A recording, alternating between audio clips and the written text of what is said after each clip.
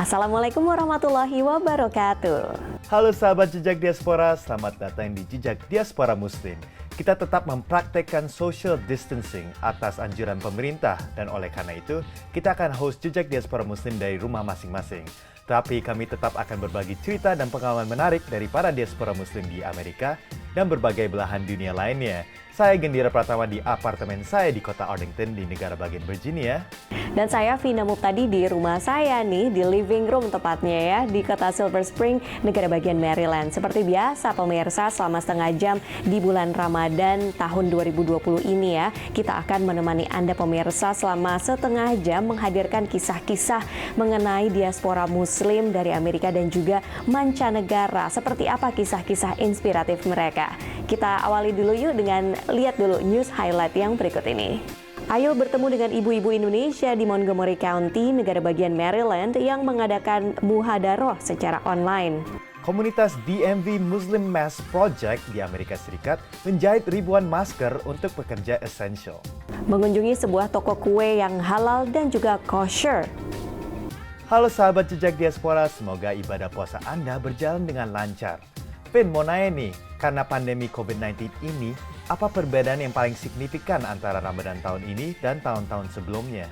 Wah, beda banget ya. Kalau tahun lalu kita masih bisa buka puasa bersama sama teman di rumah ataupun di masjid Imam Center dekat rumah. Tapi sekarang nggak bisa. Kalau tahun lalu kita bisa sholat tarawih di masjid rame-rame, sekarang nggak bisa. Akhirnya sekarang ya semuanya serba dari rumah ya. Kalaupun mau buka puasa bersama ya kita ini aja meeting online, tapi bawa makanan masing-masing. Betul, alhamdulillah ada online ya, karena banyak aplikasi seperti Skype, Zoom, dan lain-lainnya. Tetap diaspora Indonesia masih bisa menjalankan ibadah puasa dan bertemu dan saling memberi semangat. Seperti ibu-ibu di Montgomery County di negara bagian Maryland. Langsung aja kita lihat kegiatan muhadaroh yang mereka lakukan secara online.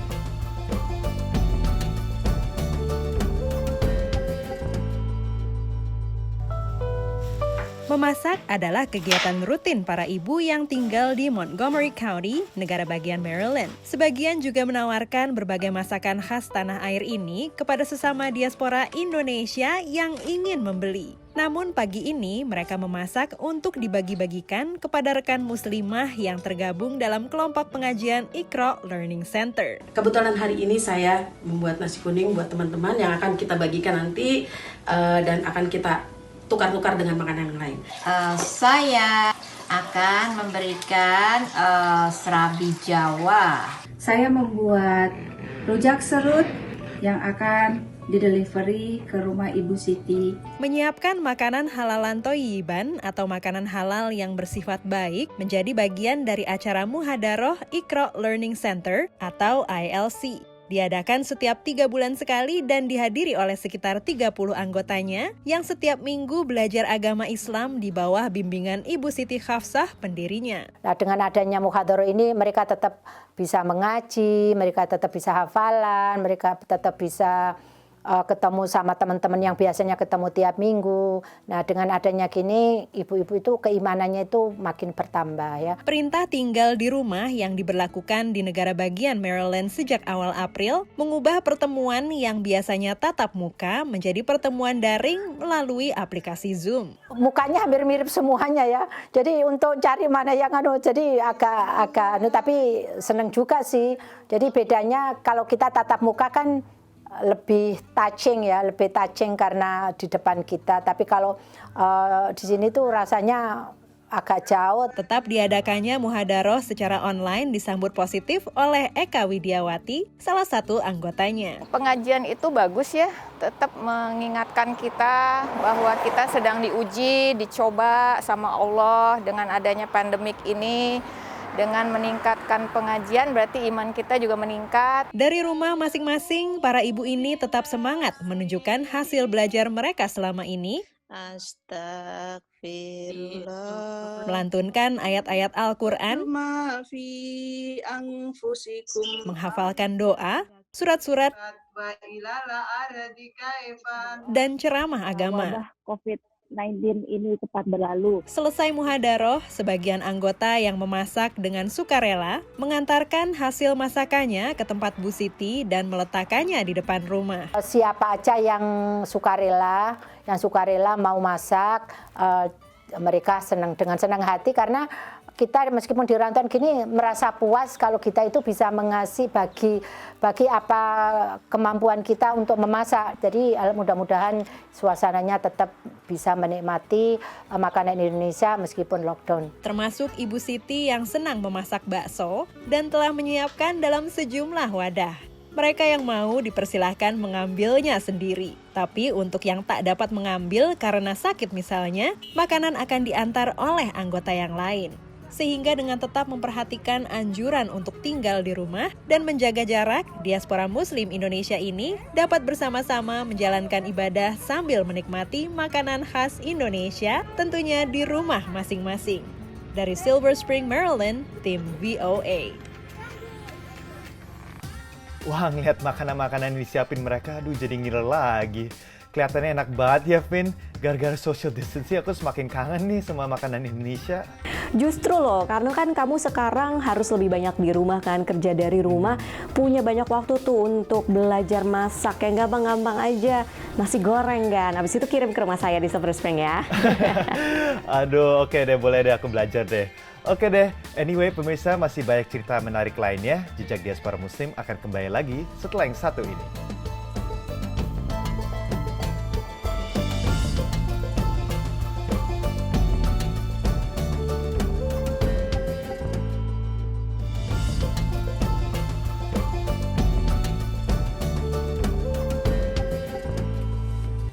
Halo and welcome back to Jejak Diaspora Muslim, acara Muslim kesayangan Anda. Walaupun mayoritas warga Amerika tetap di rumah untuk mempraktikkan social distancing, ada beberapa warga Amerika yang disebut essential workers yang tetap harus dikerja di luar rumah. Antara lain ada dokter dan perawat di rumah sakit, delivery workers, dan juga pekerja supermarket. Ya, kita tentunya berterima kasih sekali kepada mereka ya, karena they risk their lives gitu kan untuk melakukan pekerjaan-pekerjaan yang esensial sehingga kita semua bisa saling menjaga kesehatan di rumah.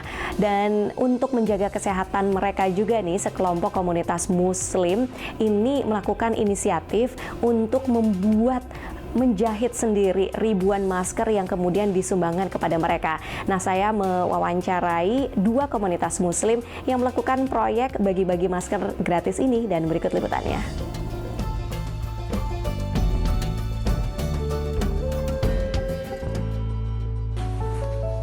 Relawan muslim di Amerika bekerja keras menjahit ribuan masker untuk para pekerja esensial. Di negara bagian Massachusetts, Andover Islamic Center menyumbang masker ke puluhan fasilitas kesehatan dan panti jompo. We've now reached 7,000 masks, and we also have a new product line. These are surgical caps for all the nurses and doctors, and we're very excited. Permintaan akan masker terus bertambah, kata DMV Muslim Mask Project. Kelompok ini telah menyumbang lebih dari 2.000 masker ke berbagai fasilitas medis dan tempat lain di Washington DC, Maryland, dan Virginia. Now, grocery workers, I just had a call from an autistic center where autistic children still need to go in for their classes. We have a request from the post office. Upaya mereka dibiayai 100% dengan dana amal. Selain menggalang dana untuk membiayai pembuatan masker kain seperti ini, kelompok-kelompok itu juga mendapat bantuan berupa bahan baku, baik dari perusahaan, organisasi maupun individu dari berbagai latar belakang dan agama. Menurut Melissa, proyek ini ikut meningkatkan kerukunan lintas agama. So we had a bunch of spring baskets that basically non-Muslims were purchasing, and those monies were being used to buy all the supplies for this mask project. And now that it's caught on, I have 4 large corporate sponsors, non-Muslim, that have funded a significant dollar amount towards this project. Dengan tambahan dukungan dari masyarakat, mereka mampu menyediakan lebih dari masker kain biasa. Another aspect of this project has been there's a group of young people who have 3D printers and they're printing face shields. So when we go and deliver to some of the hospitals, we're delivering face shields as well as masks. So when we deliver the masks, we also deliver them with snacks, power packs for the nurses or power packs for the nursing home. Dan selama masih ada permintaan akan masker, komunitas muslim ini mengatakan mereka tidak akan berhenti menjahit dan berbagi untuk sesama. Dari Silver Spring, Maryland, Vina Muptadi, VOA. Wah, salut kepada DMV Muslim Mass Project. Aku jadi merasa malu nih karena belum membantu para pekerja esensial. Aku cuma tidur-tiduran doang. Tapi proyek ini membuktikan bahwa ada banyak banget cara untuk Anda, sebagai Anda, untuk membuat perubahan positif ke komunitas sekitar Anda. Jangan salah Logan, kamu rebahan di rumah aja itu sudah membantu para pekerja esensial, terutama dokter dan perawat, supaya mereka bisa melakukan tugas mereka, supaya mereka nggak kewalahan di rumah sakit.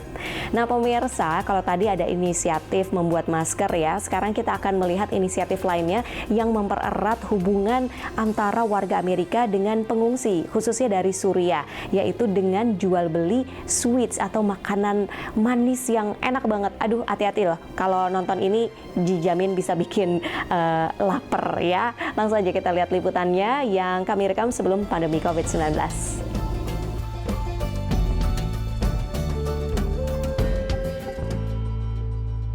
When I'm big, I am happy. I am very happy. Setelah Nur dan salah satu putrinya tertembak dan rumah mereka di Suriah hancur, mereka berjalan ke Yordania semalaman dan tinggal di sana 4 tahun sebelum tiba di Amerika. Whenever I came, I haven't anybody, any friends, but volunteers, American volunteers, helped me on everything. I made sweet just for family in my country. Now, volunteers help me to sell my sweets in farmers market. Syrian Sweets Exchange merupakan rangkaian penjualan kue yang memperkenalkan penganan tradisional Suriah buatan pengungsi yang umumnya tiba di Arizona beberapa tahun terakhir. After the overwhelming response of the first Syrian Sweets Exchange, we continue to host more bake sales at churches, synagogues, Arizona State Universities, and local bookstores. Para penggagas dan relawan yang menemani para pembuat kue dan membantu menerjemahkan adalah orang dari berbagai latar belakang, beragam agama, dan umumnya perempuan. Syrian Sweet Exchange merupakan bagian dari Refugee Connection Phoenix yang relawannya bertambah dari 60 orang menjadi 800 pada tahun lalu. We didn't only create this opportunity for children to read with a local volunteer in English, and we also connected them with local families, and they created friendships and relationships, and that is helping with the transition of these refugee families into our community. Dari Phoenix, Arizona, VOA. Oh, seperti segmen sebelum ini juga kue-kuenya kelihatan enak banget. Aduh, mau coba tapi masih puasa. Nggak apa-apa, Gan. Yang penting beli aja dulu. Siapa tahu mereka punya nih ya, jual secara online. Kamu bisa order, deliver ke apartemen buat buka puasa. Oke? Baik pemirsa, jangan kemana-mana. Jejak Diaspora Muslim akan kembali lagi.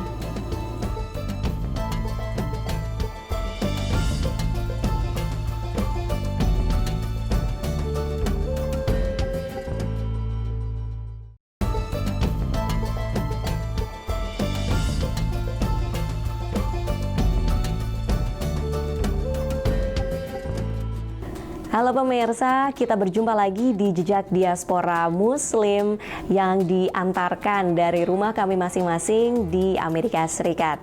Pemirsa, salah satu isu yang dialami dunia sekarang ini adalah isu soal pengungsi. Karena itu banyak juga ya LSM di berbagai negara termasuk di Amerika Serikat yang berusaha untuk membantu para pengungsi ini. Iya, tapi yang LSM berikut ini tuh unik. Karena para pengungsi bantu pengungsi lain. Nah, bingung kan? Tim VOA sempat bertemu dengan panitia yang membuat program Kindworks di negara bagian Maryland sebelum pandemi COVID-19. Ayo kita pelajari inisiatif unik ini.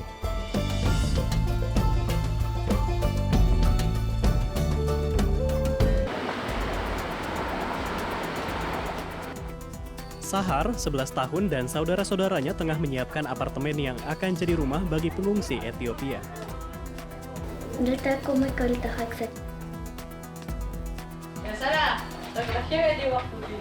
Sahar dan keluarganya jugalah pengungsi. Mereka datang dari Afghanistan beberapa bulan silam dan tinggal di satu apartemen dekat sini, yang sudah diisi perabotan ketika mereka datang.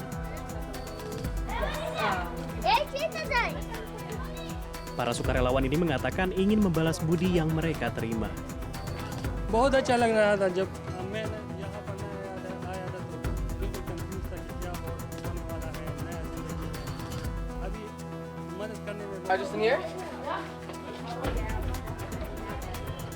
Program penempatan pengungsi ini dikelola LSM di negara bagian Maryland, KindWorks. So we work with the resettlement agencies. We find out from them which family is arriving when. And then we reach out to our members. We have over 1,000 people on the KindWorks email list. And we send out a sign-up sheet listing over 150 items that we need. Everything that makes a home a home. Sejauh ini KindWorks telah menyiapkan 17 apartemen bagi pengungsi dari Afghanistan, Suriah, dan negara-negara Afrika. We are able to have been able to harness so much love and interest and care from Americans who know that these refugees are coming and they want them to feel welcome, and people keep giving, which is so meaningful. Apartemen ini siap dan menunggu digunakan penghuninya yang akan datang beberapa hari lagi untuk memulai hidup baru. Dari Riverdale, Maryland, VOA.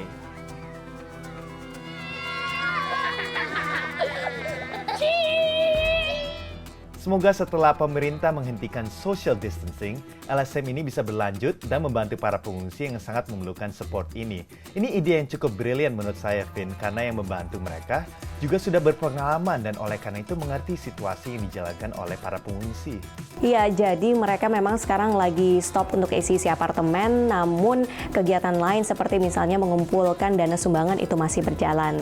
Nah pemirsa, sekarang kita akan mengajak Anda ke sebuah bakery. Nah bakery ini unik karena tidak hanya menyajikan makanan halal yang diminati warga muslim, tapi juga makanan dengan menu kosher yang diminati warga Yahudi. Sehingga tempat ini pun menjadi tempat berkumpulnya lintas agama. Langsung aja kita lihat liputannya.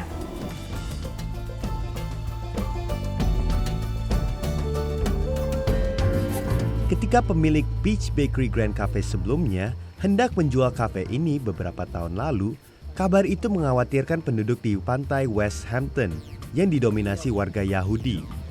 Bakery ini telah melayani kebutuhan mereka selama hampir 3 dekade. Since my family is kosher, we appreciated that because there's no other kosher place in the area. Komunitas Yahudi khawatir pemilik barunya akan menghapus menu kosher, makanan yang boleh dimakan orang Yahudi. Rashid Sulehri yang membeli kafe ini pada tahun 2018 meyakinkan pelanggan bahwa tempat ini tetap akan menyediakan menu tersebut. I gave a speech in the local synagogue. About 800 of their members listened to what I had to say. It was also being broadcast live to almost 4.1 million other viewers. We have their certificate, and anybody can come and see if we are kosher or not. Selain mempertahankan menu kosher, ia juga memastikan bahwa makanan di kafe ini juga memenuhi standar halal sesuai dengan keyakinan sebagai seorang Muslim. The main difference between kosher and halal food comes from the way meat is handled and prepared. So we decided to get rid of meat from our menu. So when you are not serving meat, the dairy and vegetarian products, if they meet the kosher requirement, they are automatically halal. The other challenging thing was the alcoholic drinks. So we decided to get rid of them too. Setelah melakukan perubahan ini, pelanggan Yahudi dan Muslim mulai berdatangan dalam jumlah besar. When my kids heard about this place, we felt that we should all pay a visit. Most of the stuff that's here, you can't find it in a lot of the places. It shows the open-mindedness of this community. They meet each other and have conversations. They try to understand each other. And that's why the bakery is well regarded in this community. Lewat makanan kosher dan halal, Beach Bakery dan Grand Cafe telah menjadi contoh kerukunan lintas agama di wilayah pantai West Hampton. Tetapi bagi Rashid, hidangan yang lezat tetap menjadi alasan terbaik untuk mengunjungi kafenya.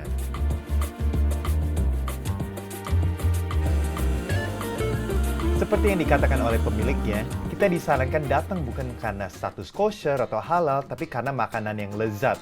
Ivan, tahun depan insya Allah kita ke sana ya untuk buka puasa. Insya Allah, pokoknya begitu pandemi ini berakhir, kita ke sana ya untuk mencicipi makanan halal dan kosher tersebut. Oke, baik pemirsa, sekian dulu Jejak Diaspora Muslim untuk episode kali ini. Semoga puasanya berjalan lancar ya.